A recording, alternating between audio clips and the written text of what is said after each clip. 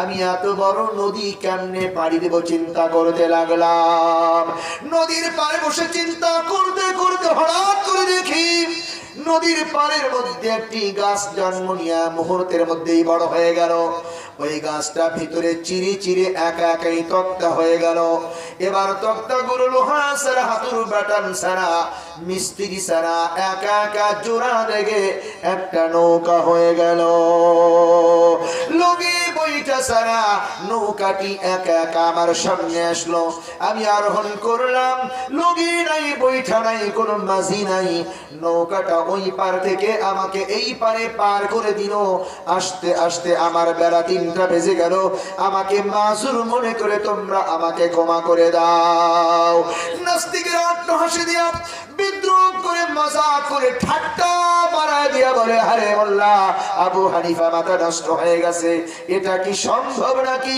মুহূর্তের মধ্যেই গাছ জন্ম নিয়া একা একা ফিরে যায়, চিরে যায়, তক্তা হয়।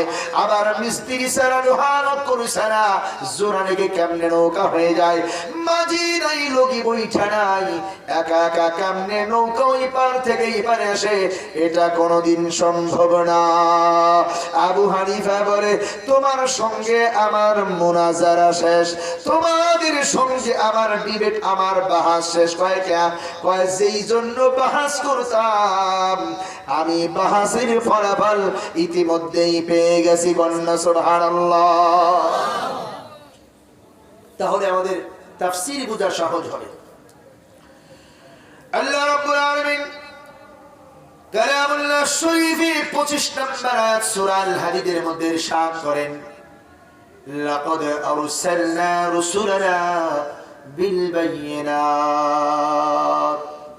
আমি আল্লাহ প্রেরণ করেছি আমার রাসূলগণকে বিল বায়িনাত, সুস্পষ্ট দলিল প্রমাণ সহকারে। আল্লাহু আকবার। আল্লাহ একজন নবীকেও দলিল ছাড়া পাঠান নাই, প্রমাণ ছাড়া পাঠান নাই। আমার আল্লাহর দলিলগুলো সুস্পষ্ট।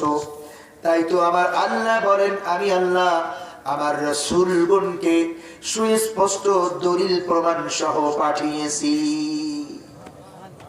ওয়ানজালনা মা'হুমুল কিতাবা ওয়াল মিজান লিয়াকুমান নাসু বিল কিসত। আল্লাহ বলেন, আমি আল্লাহ শুধু সুস্পষ্ট দলিল প্রমাণ দিয়ে পাঠাই নাই, বরং প্রত্যেকটি নবী রাসূলগণের কাছে আমি আল্লাহ কিতাব নাজিল করেছি, মিজান দাড়ি পাল্লা নাজিল করেছি। কন্যা সুবহানাল্লাহ। ওয়ানজালনা মা'হুমুল কিতাবা ওয়াল মিজানা লিয়াকুমান নাসু বিল কিসত। আল্লাহ বলে, আমি আল্লাহ এর সঙ্গে কিতাব দিয়েছি, মিজান নামক দাড়ি পাল্লা আমি আল্লাহ দিয়েছি। কেন দিলাম? যাতে করে তারা ইনসাফ কায়েম করে, সুবিচার কায়েম করে, ন্যায় নীতি কায়েম করে। চিল্লা কন্যা সুবহানাল্লাহ। আয়াতের অর্ধেক তরজমা করলাম, বাকি অর্ধেক তরজমা করব বয়ানের শেষে। এইখানে যে আলোচনা আল্লাহ করেছেন, দুটি কথা। আল্লাহ তার রাসূলগণকে পাঠিয়েছেন সুস্পষ্ট দলিল প্রমাণ দিয়ে, এই সম্পর্কে একটু আলোচনা করব। আরেকটা বিষয় আল্লাহ বলেছেন, আমি তাদের সঙ্গে সংবিধান দিয়েছি, কিতাব দিয়েছি এবং দাড়ি পাল্লা দিয়েছি, যাতে করে তারা এগুলোর দ্বারা ইনসাফ কায়েম করে, ন্যায় নীতি কায়েম করে। এই ইনসাফ আর ন্যায় নীতি সম্পর্কে কিছু আলোচনা করব। তাহলে মোটামুটি আজকে আমার আলোচ্য বিষয় দুইটি। একটি হলো আল্লাহ তাআলা রাসূলগণকে পাঠিয়েছেন সুস্পষ্ট দলিল প্রমাণ দিয়ে, এবং আল্লাহ তাআলা রাসূলগণকে পাঠিয়েছেন আপনার কিতাব দাড়ি পাল্লা দিয়ে ইনসাফ কায়েম করার জন্য। এক আলোচনা হবে আল্লাহ কি দলিল প্রমাণ দিলেন, আর এক আলোচনা হবে আল্লাহ যে ইনসাফের কথা বললেন, ইনসাফ বলতে কি বোঝায়। এই দুটি বিষয় নিয়ে আমি আপনাদের সামনে সংক্ষিপ্ত আকারে আলোচনা করবার চেষ্টা করব। আল্লাহ যেন তৌফিক দান করেন। আওয়াজ দিয়ে বলি আমিন। মুসলমান ভাইরা, আল্লাহ রাব্বুল আলামিন পৃথিবীর জমিনে এমন কোন নবী রাসূল দেন নাই যেই নবী রাসূলের হাতে আমার আল্লাহ কোন দলিল দেন নাই, প্রমাণ দেন নাই, সুস্পষ্ট দলিল প্রমাণ আমার আল্লাহ দেয় নাই। সব নবী রাসূলদেরকে আমার আল্লাহ শক্তিশালী করেছেন দলিল দিয়া। অনেক নবী এমন ছিল যেই নবীর কোনো বাহিনী নাই, কোনো সৈন্য নাই, হাতিয়ার নাই, ধন সম্পদ নাই, ক্ষমতা নাই, কিন্তু আমার আল্লাহ সুস্পষ্ট দলিল প্রমাণ দিয়া প্রত্যেকটা নবী রাসূলকে শক্তিশালী করেছে। সুবহানাল্লাহ বলবেন না? আর মুসলমান ভাইরা, দলিলের সামনে কোনো যুক্তি চলে না, দলিলের সামনে কোনো শক্তি চলে না, দলিলের সামনে কোনো হাতিয়ার চলে না। জ্ঞানবান মানুষ যদি দলিল পেয়ে যায়, তরবারিটা ফেলে দিয়া দলিল গ্রহণ করে আল্লাহওয়ালা হয়ে যায়। জোরে কণ্ঠে কিনা মুসলমান ভাইরা আমার। কিন্তু যেই মানুষগুলোর দিল বাঁকা, যেই মানুষগুলোর কপাল বন্ধ, যেই মানুষগুলোর কলিজা নাপাক, যেই মানুষগুলোর অন্তর নষ্ট হয়ে পচে গিয়েছে, ওরা দলিল বুঝে না, ওরা বোঝে গায়ের জোর। ওরা দলিল বুঝে না, ওরা বোঝে জনশক্তি, সৈন্য শক্তি, অস্ত্রের শক্তি, ধন সম্পদের শক্তি, ক্ষমতার শক্তি। ওরা দলিল বুঝতে চায় না। চিল্লা কণ্ঠে কেনা এমন মানুষ আছে না নাই? কথা বল না কেন? এমন মানুষ আছে না নাই? কোরআন দিয়া কথা বললে মানতে চায় না, ক্ষমতার জোর দিয়া, এলাকার প্রভাব প্রতিপত্তি দিয়া, ধন সম্পদের শক্তি দেখায়া কোরআনের আওয়াজকে স্তব্ধ করে দিতে চায়, বন্ধ করে দিতে চায়। এমন কিছু পচা দিলের মানুষ আমার আপনার সমাজে আছে না নাই? জোরে কর। মুসলমান ভাইরা, এই জন্য খুব মনোযোগ দিয়ে শুনতে হবে। দলিল দলিল যদি আমরা পেয়ে যাই, তাহলে আমাদের যেন দিল গ্রহণ করতে কষ্ট না পায়। কারণ দলিল পাওয়ার পরেও যাদের দিল কষ্ট পায়, ওদের মতো কপাল পোড়া আর কেউ নাই। চিল্লা এখন ঠিক কিনা? দলিল হলো আমাদের সবচাইতে বড় হাতিয়ার। যদি আমরা দলিল পেয়ে যাই, আমাদের আর কিচ্ছু লাগে। মুসলমান ভাইরা, আল্লাহ রাব্বুল আলামিন নিজের অস্তিত্বের জন্য, নিজের প্রমাণের জন্য আমার আল্লাহ অসংখ্য অগণিত দলিল দুনিয়ার জমিনে দিয়েছেন। সৃষ্টি জগতের মধ্যে আমার আল্লাহ দলিল দিয়েছেন।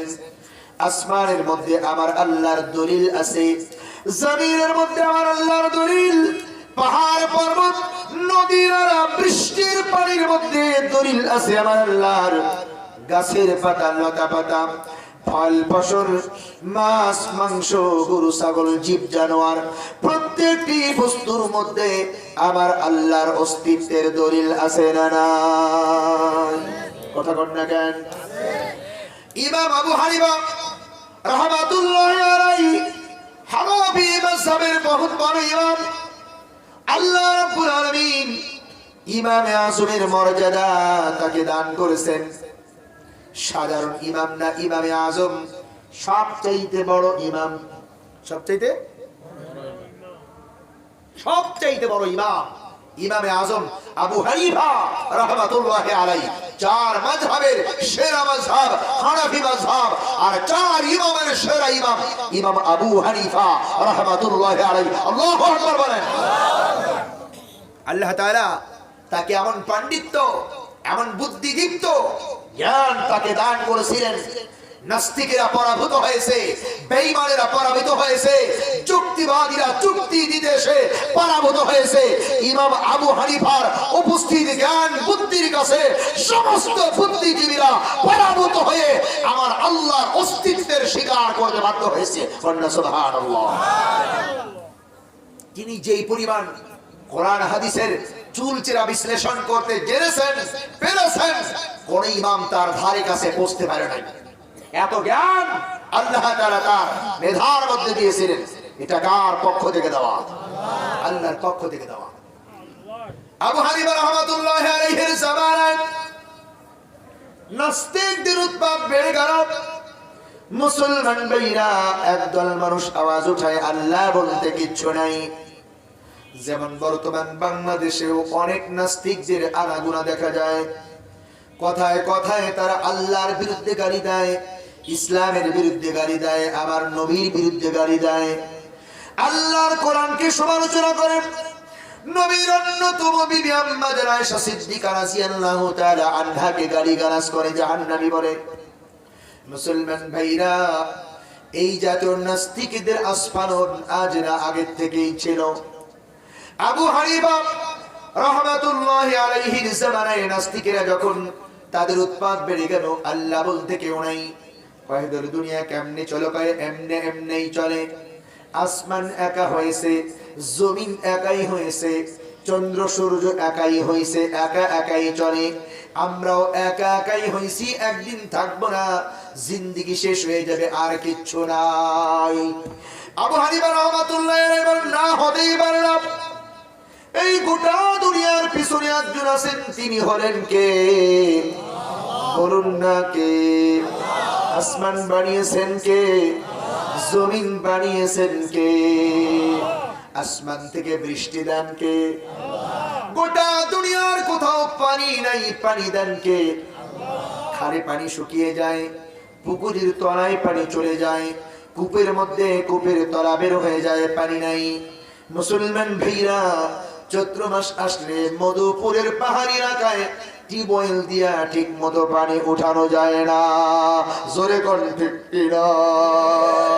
ও মুসলমান ভাইরা, আসমানের পানিও দেন আমার আল্লাহ, জমিনের তলদেশের পানিও কিন্তু আমার আল্লাহর। আমি আপনি পাইপ বোরিং করে যেই পানি উঠাই, সেই পানিও দেন আমার আল্লাহ। বাতাস দেন আমার আল্লাহ, অক্সিজেন দেন আমার আল্লাহ। মুসলমান ভাইরা, সুস্বাদু খাবার, ক্ষেতের ফল ফসল সব দেন আমার আল্লাহ। এটাই বিশ্বাস করার নাম হলো ঈমান। জোরে কোন ঠিক কিনা? এগুলো একা একা হয় না। ইমামে আযম আবু হানিফা রাহমাতুল্লাহি আলাইহি তিনি নাস্তিকদের বলেন, না, একা হতে পারে না, মুনাজারা হবে, ডিবেট বাহাস হবে নাস্তিকদের সাথে। ইমামে আযম আবু হানিফা রাহমাতুল্লাহি আলাইহি ডেট দেওয়া হলো সকাল 10টায় অমুক মাঠে মুনাজারা হবে, সেখানে আবু হানিফা আর নাস্তিকদের মুনাজারা ডিবেট হবে। মুসলমান ভাইরা, নাস্তিক বেঈমান গুলো যুক্তিবিদ্যা নিয়ে হাজির হলো। যুক্তিবিদ্যার হাজার হাজার কিতাব, গরুর গাড়ি, ঘোড়ার গাড়ি দিয়ে নিয়ে মঞ্চে হাজির। ইমাম আবু হানিফা একা, সঙ্গে কেউ নাই। সকাল 10টার টাইম, কিন্তু আবু হানিফা যায় না। নাস্তিকেরা কয়, মোল্লা আবু হানিফা কয় পারবে না, পালিয়েছে, ভয় পেয়েছে। আবু হানিফা ইচ্ছা করেই 10টায় হাজির হন নাই। যোহরের নামাজের পরে বেলা 3টায় গিয়ে হাজির। ওরা তখন আবু হানিফাকে দেখে চেঁচামেচি চিৎকার করে গালমন্দ করতে লাগলো, মোল্লা ওয়াদা দিয়া ওয়াদা রক্ষা করো না, সময় দিলা 10টা, আসলা বেলা 3টায়, কি ব্যাপার তোমার? আবু হানিফা রাহমাতুল্লাহি আলাইহি বলেন, ভাইরা শোনো, আমাকে মাসুর মনে করো, আমার একটি সমস্যা ছিল। কি সমস্যা? তোমরা জানো, এই মঞ্চে হাজির হওয়ার জন্য আমাকে একটি নদী পাড়ি দিয়ে আসতে হয়। আমি সকাল 10টার আগেই বাসা থেকে বের হয়ে নদীর পাড়ে হাজির হলাম। নদী পাড়ি দিয়ে ঠিক 10টায় তোমাদের সামনে মঞ্চে হাজির হয়ে যাব। কিন্তু আমি যখন নদীর পাড়ে আসলাম, দেখলাম বিশাল নদী, পাড়ি দেওয়ার মতো কোনো নৌকা নাই, জাহাজ নাই, কোনো পুল নাই, ব্রিজ নাই, সাঁকো নাই। আমি এত বড় নদী কেমনে পাড়ি দেব চিন্তা করতে লাগলাম। নদীর পাড়ে বসে চিন্তা করতে করতে হঠাৎ করে দেখি নদীর পাড়ের মধ্যে একটি গাছ জন্ম নিয়ে মুহূর্তের মধ্যেই বড় হয়ে গেল। ওই গাছটা ভিতরে চিরে চিরে একা একাই তক্তা হয়ে গেল। এবার তক্তাগুলো লোহা ছাড়া, হাতুড় বাটান ছাড়া, মিস্ত্রি ছাড়া একা একা জোড়া লেগে একটা নৌকা হয়ে গেল। লগি বই বইটা ছাড়া নৌকাটি একা একা আমার সামনে আসলো। আমি আরোহণ করলাম, লগি নাই, বইটা নাই, কোনো মাঝি নাই। নৌকাটা ওই পার থেকে আমাকে এই পারে পার করে দিল। আস্তে আস্তে আমার বেলা 3টা বেজে গেল। আমাকে মাসুর মনে করে তোমরা আমাকে ক্ষমা করে দাও। নাস্তিকেরা হাসি দিয়া, বিদ্রুপ করে, মজাক করে, ঠাট্টা বাড়ায় দিয়া বলে, আরে মোল্লা, আবু হানিফা মাথা নষ্ট হয়ে গেছে, এটা কি সম্ভব নাকি? মুহূর্তের মধ্যেই গাছ জন্ম নিয়া একা একা ফিরে যায়, চিড়ে যায়, তৎকা হয়। আবার মিস্ত্রি সারা, লোহার করু সারা, জোড়া লেগে কেমনে নৌকা হয়ে যায়? মাঝি নাই, লগি বইঠা নাই, একা একা কেমনে নৌকা ওই পার থেকে এই পারে আসে? এটা কোনোদিন সম্ভব না। আবু হানিফা বলে, তোমার সঙ্গে আমার মুনাজারা শেষ, তোমাদের সঙ্গে আমার ডিবেট, আমার বাহাস শেষ। কয় যেই জন্য বাহাস করতাম, আমি বাহাসের ফলাফল ইতিমধ্যেই পেয়ে গেছি। বন্যা সুবহানাল্লাহ। বলো কেমনে কেমনে ভাইরা? কাজী দেখো, তোমরা দাবি করছো আসমান একাই হইছে, জমিন একাই হইছে, দুনিয়ার চাইতে 13 লক্ষ গুণ বড় হলো সূর্য, একাই চলে, পাহাড় পর্বত একাই চলে, সাগর মহাসাগর একাই চলে, গোটা কুল কায়নাত একাই হইছে, একাই চলে। এটা তোমাদের দাবি। আমার দাবি হলো একটা ছোট্ট গাছ জন্মনিয়া করাতি ছাড়া, চিরে চিরে তক্তা হয়ে, কাঠ মিস্ত্রি ছাড়া, লোহা লক্কর ছাড়া, টাকা জোড়া লেগে ছোট্ট একটা ডিঙ্গি নৌকা হবে। আর মাসি আল্লাহ লগি বইটা ছাড়া ওই পার থেকে এই পারে পার করে দিবে। এইটাই আমার দাবি। আমার ছোট্ট দাবি যদি সম্ভব না হয়, তোমরা মেনে নিতে না পারো, তোমাদের বিশাল দাবি সম্ভব না, আমি আবু হানিফা মেনে নিতে পারি না। কথা কন না কেন? আমার ছোট্ট একটা দাবি যদি সম্ভব হয়, তোমাদের বিশাল দাবি সম্ভব না, অসম্ভব। কথা কন না কেন? ছোট্ট একটা নৌকা যদি মাঝি বাংলা ছাড়া, লগি বৈঠা ছাড়া চলতে না পারে, গোটা কায়নাত, গোটা জগৎ কি মাঝি মাল্লা ছাড়া চলতে পারে? কথা বল না কেন? ড্রাইভার ছাড়া চলতে পারে? কে চালান? কে চালান? আমার আল্লাহ চালান, আমার আল্লাহ চালান। আচ্ছা বলুন তো, তাহলে বলুন, এই গোটা জগতের পরিচালনা, সুন্দর সিস্টেম, সুন্দরভাবে পরিচালনা, বলুন এর পিছনে কারো না কারো হাত আছে কিনা? কথা কয় না? কারো না কারো হাত আছে তো? সে কে? আমেরিকার প্রেসিডেন্ট, ইন্ডিয়ার প্রেসিডেন্ট, বাংলাদেশের প্রধানমন্ত্রী, কার হাত? এই গোটা জগৎ আমার আল্লাহর অস্তিত্বের দলিল। কোরআনে আল্লাহ পাতায় পাতায় আল্লাহর অস্তিত্বের জন্য এই সৃষ্টি জগতের উপমা আল্লাহ টেনে আনছেন। তাকাও আসমানের দিকে, আল্লাহ বলেছেন তাকাও আসমানের দিকে, দেখো আমি আল্লাহ আসমান খুঁটিবিহীন তোমাদের মাথার উপরে তুলে রাখছি। আল্লাহু আকবার, কোনো খুঁটি নাই। তাকাও জমিনের দিকে, আমি আল্লাহ কেমন সুন্দর করে তোমাদের জমিনগুলো পানির উপরে ভাসায় রাখছি। তাকাও পাহাড়ের দিকে, দুনিয়ার নিজাম, ভারসাম্যতা, জমিনের ভারসাম্যতা ঠিক রাখবার জন্য আমি আল্লাহ পেরেক বানায়া পাহাড় গুলা সৃষ্টি করেছি। তাকাও আসমানের মেঘের দিকে, আমি আল্লাহ তোমাদের গরমের মধ্যে, অস্থিরতার মধ্যে, প্রচন্ড নাবিশ্বাস এমন গরমের মধ্যে আসমান থেকে বরকতের পানি, রহমতের পানি, ঠান্ডা পানি দিয়া আমি তোমাদের কলিজা গুলাকে, পরিবেশকে ঠান্ডা করে দেই। এই ক্ষমতা পৃথিবীর কোন মানুষের নাই, এই ক্ষমতা পৃথিবীর কোন প্রযুক্তির নাই, কোন টেকনোলজির নাই, কোন বিজ্ঞানের নাই, কোন ইঞ্জিনিয়ারের নাই, কোন ক্ষমতাশালীদের নাই। এই আসমানের মেঘের থেকে পানি বর্ষণ করার ক্ষমতা যার, তিনি হলেন কে? তিনি হলেন একমাত্র আমার আল্লাহ। আওয়াজ দিয়া কোন ঠিকিরা? এই যে নদীতে জোয়ার, এই যে সাগরের জোয়ার দেয় কে? পৃথিবীর কোন মানুষের পক্ষে ঐক্যবদ্ধভাবে চেষ্টা চালায় ন্যাটো বাহিনী না, 7 মহাদেশের সমস্ত নেতারা ঐক্যবদ্ধ হয়ে জঙ্গি বিমান সাবমেরিন সব কিছুকে একত্র করে নদীর মধ্যে জোয়ার আনা সম্ভব না, ভাটাও সম্ভব না, সাগরের মধ্যে জোয়ার সম্ভব না, ভাটাও সম্ভব না। ও মুসলমান ভাইরা, এগুলোর পিছনে একজনের হাত আছে, বলুন তো সেই হাতওয়ালার নাম কি? আমার আল্লাহ এই যে জমিন, এই জমিনের মধ্যে আমরা ফসল ফলাই, এই ফসলগুলো দেন কে? কথা কন না কেন? এই যে আপনারা অনেকেই ধান কি করেন, ধান ভিজায় রাখেন, ওই ধানগুলো পানির মধ্যে ভিজতে ভিজতে দুই পাশ দিয়া সাদা সাদা সুতার মতো বের হয়, আছে না নাই? ওটার আপনারা কি কন, কি বলেন? হ্যাঁ, করুন। আমি জানি না, কৃষি কাজের সাথে আমার সম্পর্ক নাই, এই জন্য আমি জানি না। আপনারা বলুন কি নাম, স্পষ্ট করে বলুন কি নাম? গেজায়, ধান গেজায়, যাই হোক, ধান গেজায় দুই পাশ দিয়ে দুটি সাদা সাদা সুতা বের হয়। মুসলমান ভাইরা, আপনি যখন মহিষ দিয়া, গরু দিয়া অথবা মেশিন দিয়া খেত প্যাক বানান, নরম বানান, ওই নরম খেতের মধ্যে, নরম প্যাকের মধ্যে আপনি এই ধানগুলো ফেলে দেন।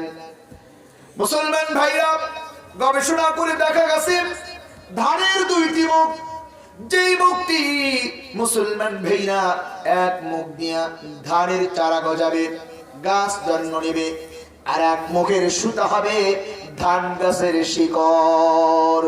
ও মুসলমান ভাইরা, একটা নিচের দিকে যায় শিকড় হয়, আর একটা উপর দিকে যায় সেটা গাছ হয়। অনেক সময় এমন হয়, যেইটি গাছ হবে, যেই সুতাটি ধানের গাছ হবে, ওই সুতাটা আপনার প্যাকের ভিতরে, কাদার ভিতরে চলে গেছে, আর যেই সুতাটি শিকড় হবে ওটা উপরের দিকে উঠে গেছে। বলুন তো, উপর দিকে উঠে গেলেও ওই সুতাটাকে নিচের দিকে নিয়ে যান কে? জোরে কোন? কে নিয়ে যান? যিনি নেন তিনি হলেন আমার আল্লাহ। আর একটা সুতা যেটা উপর দিকে উঠবে ওটা গাছ হবে। আপনি যখন প্যাকের মধ্যে ফেলে দেন, ঘটনা চক্রে ওই সুতাটি নিচের দিকে। মুসলমান ভাইরা, এই সুতাগুলি এতটাই দুর্বল, এতটাই দুর্বল, এতটাই নরম, আঙ্গুলের টিপ সইতে পারে না। আপনি তো প্যাক দিয়ে আসলেন, সমান করে আসলেন, আজকের বিকালের মধ্যে, কালকে সকালের মধ্যে পানি শুকায়া ওটা প্রলেপ পড়ে গেল, ওটা শক্ত হয়ে গেল।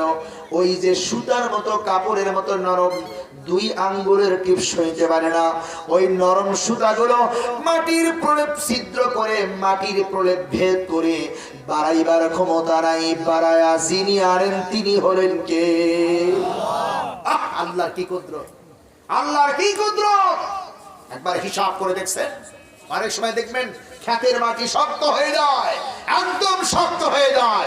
এই শক্ত মাটির মধ্যে ভিতর থেকে আপনার চারাগুলো বের হয়, যেগুলো হাত দিয়া টাচ করলেই ওগুলো গলে যায়, ভেঙে যায়। অথচ মাটির প্রলেপের মতো শক্ত প্রলেপ ভেদ করে, চিরে ফাটিয়ে একা একা বের হওয়ার ক্ষমতা নাই। যিনি বের কইরা আনেন তিনি হলেন আমার আল্লাহ। তাহলে ধানের চারার মধ্যে আমার আল্লাহর অস্তিত্ব আছে না নাই? কথা কন না কেন, আছে না নাই? আর মুসলমান ভাইরা, আপনার ধান খেতে যখন ধান গাছ হয়, গাছের ভিতর দিয়ে শীষ বের হয়, দেখবেন প্রত্যেকটা শীষের ধারের মাথায় সাদা সাদা রেণু থাকে। রেণুগুলো ভিতরে যদি ঢুকে যায় চাউল হয় না, ঢুকলে চিটা হয়। বাতাস এসে, ঝাটকা বাতাসে যদি রেণুগুলো ফেলে দেয়, ওই ধানের মধ্যে চাউল পাওয়া যায় না, চিটা হয়। মুসলমান ভাইরা, পৃথিবীর কোন ডাক্তারের পক্ষে ইনজেকশন দিয়া, সিরিজ দিয়া ওই ধানের মধ্যে রেণুগুলো ঢুকায় দেওয়া সম্ভব না। যিনি ঢুকাইতে পারেন, যিনি ভেতরে নিতে পারেন, যিনি পারেন, তার নামটা কি? তার নাম হলো আমার আল্লাহ। ধানের রেণুর মধ্যেও আমার আল্লাহর অস্তিত্বের দলিল আছে, সেটাও আমার আল্লাহর অস্তিত্বের জন্য সুস্পষ্ট দলিল আর প্রমাণ। চিল্লা বলতে হবে ঠিক না ব্যাঠি? একই জমিনে পাশাপাশি দুইটি পেঁপে গাছ, এক গাছে পেঁপে আসে, আর এক গাছে আসে না।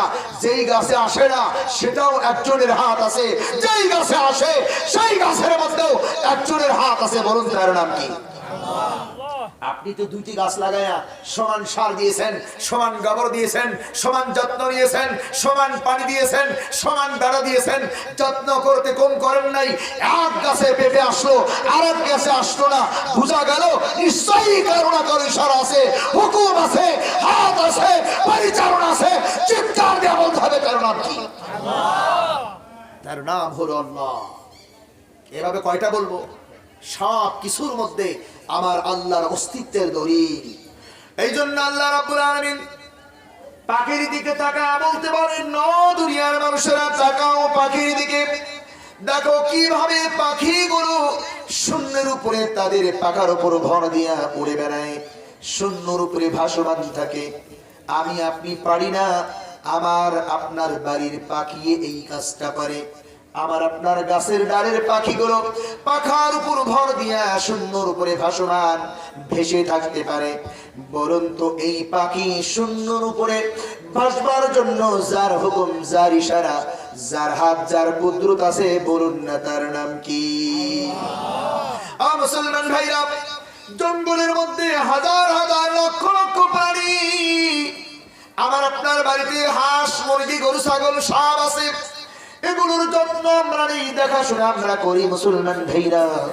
কিন্তু জঙ্গলের মধ্যে যেই বাঘ, ভাল্লুক, সিংহ, হরিণ আছে, জঙ্গলি গাভী আছে, জঙ্গলি ঘোড়া আছে, জঙ্গলি আরো যত জানোয়ার আছে, এদের প্রজনন হয়, বাচ্চা জন্ম হয়, বাচ্চা উৎপাদন হয়।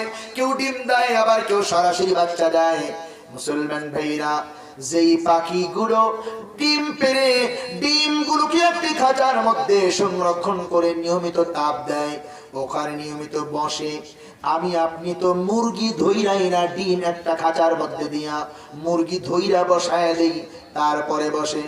জঙ্গলের গাছের পাখিগুলাকে কে বুঝাইলো এইভাবে খাঁচার মধ্যে ডিম রাইখা তাপ দাও, দেখবা তোমার ডিমগুলোর মধ্য থেকে তোমার বাচ্চা জন্ম নিবে। যিনি এই পাখির মাথায় বুদ্ধি দিয়া দিলেন, বলুন না তার নাম কি? আমাদের বাড়িতে গরু জন্ম নিলে আমরা দায়ী হয়ে যাই, নার্স হয়ে যাই, খাদেম হয়ে যাই। বাচ্চা জন্ম নিলে বাচ্চা গুলাকে মায়ের সামনে তুলে ধরি, আবার বাচ্চা দাঁড়াইতে পারে না, হাত দিয়ে দইরা দাঁড় করায় দেই। বাচ্চা কেমনি খাবার খাবে, বাচ্চার মুখটা নিয়ে মায়ের ওলানের সাথে লাগায় দেই। মুসলমান ভাইরা, একবার হিসাব করে দেখুন জঙ্গলের মধ্যে কত লক্ষ লক্ষ প্রাণী জানোয়ার আছে, এরা প্রত্যেকেই নিয়মিত বাচ্চা জন্ম দেয়। বলুন তো এই বাচ্চার নার্স হয় কে? এই বাচ্চার খাদেম হয় কে? এই বাচ্চার সেবক হয় কে? এই বাচ্চা জন্ম নেওয়ার পর কে বাচ্চাকে তুলে দাঁড় করায় দেয়? আবার এই বাচ্চার মাথায় কে বুদ্ধি দিয়া দিল, ও বাচ্চা তোমার মায়ের পিছনের অংশে 2 রানের মধ্যে উড়ান আছে, ওইখানে গিয়া চুষলেই তুমি তোমার ক্ষুধার জ্বালা নিবারণ কইরা পেট ভরতে পারবা। যেই কুদরত, যেই পাওয়ার, যেই ক্ষমতা ওই বাঘের বাচ্চা, হরিণের বাচ্চা, ভল্লুকের বাচ্চা, কুকুরের বাচ্চা, শ্রীগালের বাচ্চা, বিড়ালের বাচ্চার মাথার মধ্যে বুদ্ধি দিয়া দেয়, বলুন সেই কুদরতের নাম কি? আমার আল্লাহ। কয়টা বলবো মুসলমান ভাইরা, কয়টা বলবো? এভাবে প্রত্যেকটি সৃষ্টির মধ্যে আমার আল্লাহর অস্তিত্ব আছে না নাই? আমার আল্লাহর অস্তিত্বের জন্য দলিল আছে না নাই? ও মুসলমান ভাইরা, আল্লাহ রাব্বুল আলামিন, আল্লাহ রাব্বুল আলামিন এভাবেও যেমন দলিল দিয়েছেন, গোটা দুনিয়া, গোটা জগৎ দলিল বানায়া আমার নবীর জবানে জানায় দিলেন। বিশ্ব নবী বললেন, তাফাক্কারু ফি খালকিল্লাহ ওয়া লা তাতাফাক্কারু ফিল্লাহ। ও দুনিয়ার মানুষেরা, সৃষ্টি জগৎ নিয়ে চিন্তা করো, সৃষ্টি জগৎ নিয়ে গবেষণা করো, আল্লাহকে নিয়ে চিন্তা করো না। অনেকেই চিন্তা করে আল্লাহ কোথায় আছেন, আল্লাহ কেমন আছেন, আল্লাহ দেখতে কেমন, আল্লাহ কেমনে থাকেন, আল্লাহ কেমনে চলেন। গোটা দুনিয়া যদি আল্লাহ বানায়, আল্লাহকে বানাইলো কে, আল্লাহর আগে কে ছিল? এমন অযথা অবান্তর প্রশ্ন করতে আমার আল্লাহ বারণ করেছেন, আমার নবীও নিষেধ করেন। বরং বলেন আল্লাহর সৃষ্টি নিয়ে চিন্তা ভাবনা গবেষণা করো, প্রত্যেকটা সৃষ্টির মধ্যে আল্লাহকে পেয়ে যাইবা। সুবহানাল্লাহ। আচ্ছা বলুন তো, আল্লাহকে নিয়ে চিন্তা করলে চিন্তার কোনোদিন শেষ হবে? যদি প্রশ্ন করেন যে আল্লাহকে কে বানাইলো, আমি যদি বলি আল্লাহকে আমেরিকার এক আল্লাহ বানাইছে, তাহলে কি প্রশ্ন শেষ নাকি আবার প্রশ্ন বাড়বে? এই আমেরিকার আল্লাহকে কে বানাইলো? যদি বলি ইন্ডিয়ান আল্লাহ বানাইছে, তাহলেও প্রশ্ন শেষ হবে না। আবার একই প্রশ্ন হবে, ইন্ডিয়ান আল্লাহকে কে বানাইলো? এইভাবে কিয়ামত পর্যন্ত প্রশ্ন চলতেই থাকবে, শেষ হবে না। এই জন্য আমার আল্লাহকে নিয়ে প্রশ্ন নাই। ওয়াল আউয়াল ওয়াল আখির ওয়াল যাহির ওয়াল বাতিন, আল্লাহই প্রথম, আল্লাহই শেষ, আল্লাহর আগেও কেউ নাই, আল্লাহর পরেও কেউ নাই। আল্লাহ যাহির, আল্লাহ বাতিন, আল্লাহ সব, তিনি একক, তার কোনো শরীক নাই। আওয়াজ দিয়ে এখন সুবহানাল্লাহ। এই জন্য আল্লাহকে নিয়ে কোনো চিন্তা করা যাবে না। আল্লাহর প্রত্যেকটা সৃষ্টি নিয়ে চিন্তা করতে হবে। চিন্তা করলেই সেখানে আমার আল্লাহর কুদরত পাওয়া যাবে এবং আল্লাহকে মানতে সহজ হয়ে যাবে। মুসলমান ভাইরা, একজন মানুষ তার দেহ নিয়ে যদি চিন্তা ভাবনা করে, মানুষ তার দেহের মধ্যেই আমার আল্লাহর অসংখ্য অগণিত নিয়ামত পেয়ে স্বীকার করতে বাধ্য হবে যে এই আল্লাহ আমাকেই বানিয়েছেন, তিনি আমার মালিক আর রব। আমার ইবাদত বন্দেগী দাসত্ব আর গোলামি সেই আল্লাহরই করা দরকার। আমার আঙ্গুলগুলো এই যে চলছে, কোনোদিন মোবিল দিতে হয় না, কোনোদিন তেল দিতে হয় না, কোনোদিন গিরিজ দিতে হয় না। কথা বল না কেন?